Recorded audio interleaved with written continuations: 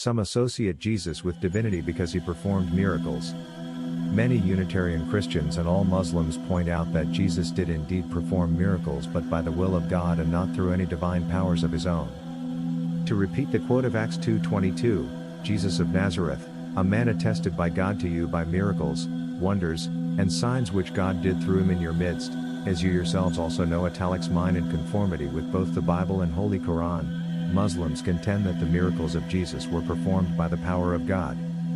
As the Holy Quran states, then will Allah say, O Jesus the Son of Mary, recount my favor to you and your mother.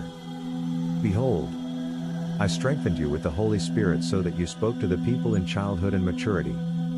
Behold, I taught you the book and wisdom, the law, and the gospel.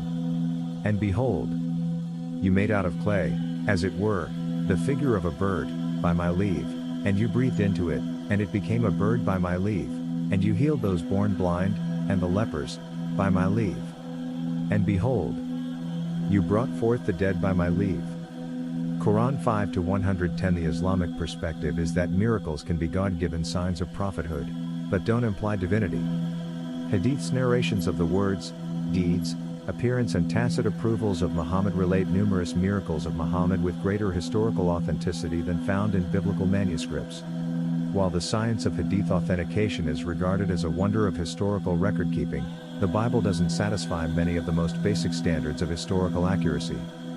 For example, the authors of most of the books of the Bible Gospels included are unknown, the period in which they were written is ill-defined, and the source of much of the information is ambiguous. These issues will be discussed later at greater length, but just as a small teaser, let's examine the story of Judas' betrayal of Jesus to the chief priests. Who was the author, and why should we believe him? Was he present at the betrayal? If not, then where did he get his information? And if so, and he didn't alert Jesus, then isn't he a partner in the crime? And what kind of a gospel author would that be? Sounds silly? Maybe. But then again, isn't it sillier to trust salvation to a compilation of gospels and letters of unknown origin and authorship? The Jesus Seminar is perhaps one of the most objective and sincere attempts of an ecumenical council of Christian scholars to determine the authenticity of the recorded acts and sayings of Jesus.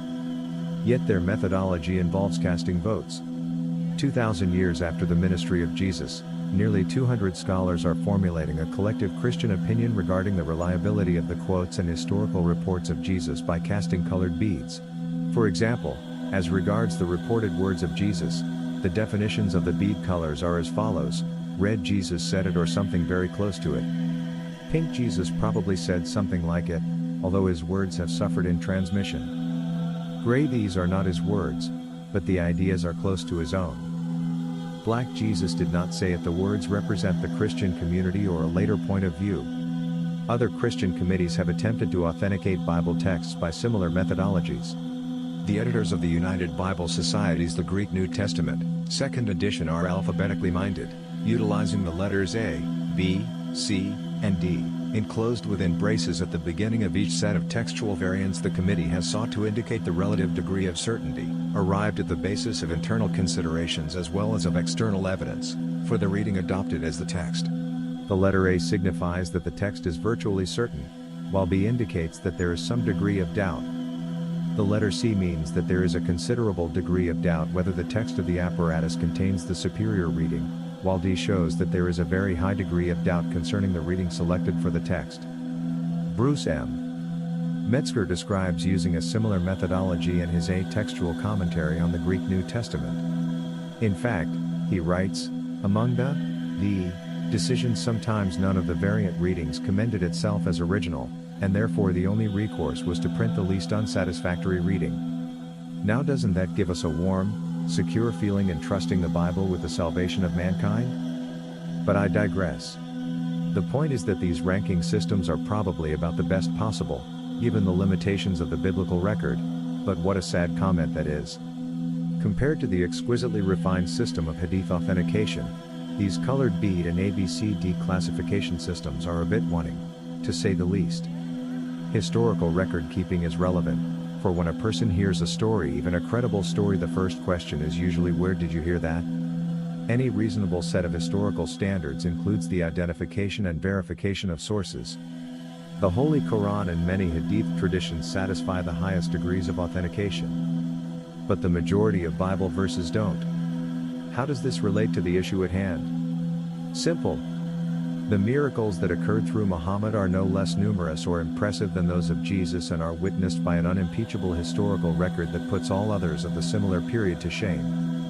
So just as the miracles of Moses, Elisha, and Muhammad don't imply divinity, neither do those of Jesus.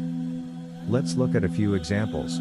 1. Jesus fed thousands with a few fish and loaves of bread, but Elisha fed 100 people with 20 barley loaves and a few ears of corn. 2 Kings 4:44 granted a widow such an abundant flow of oil from a jar that she was able to pay off her debts, save her sons from slavery, and live on the profit. 2 Kings 4:17 and gave increase to a handful of flour and spot of oil such that he, a widow and her son had enough to eat for many days, after which the bin of flour was not used up, nor did the jar of oil run dry. 1 Kings 17:10-16.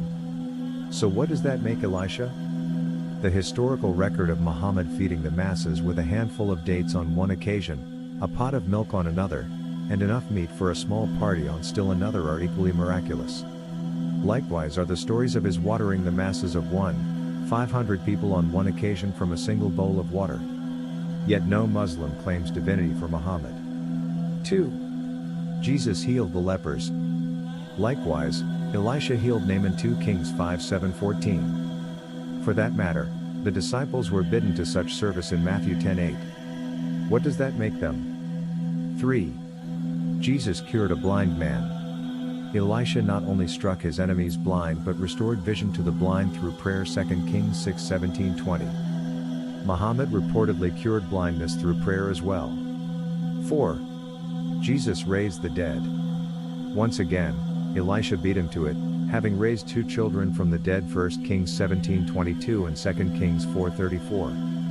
Furthermore, the disciples were bidden to raise the dead. Matthew 10:8. So once again, what does that make them? 5. Jesus walked on water. Had he been around in the time of Moses, he wouldn't have had to. 6. Jesus cast out devils. So did his disciples. Matthew 10:8. So did the sons of the Pharisees. Matthew 12:27 and Luke 11:19. So, for that matter, do the wayward followers whom Jesus will reportedly disown. See Matthew 7:22 as a disconcerting thought considering how many priests and ministers perform such theatrics, even if real. So if we seek evidence of Jesus being divine, we are forced to look beyond miracles.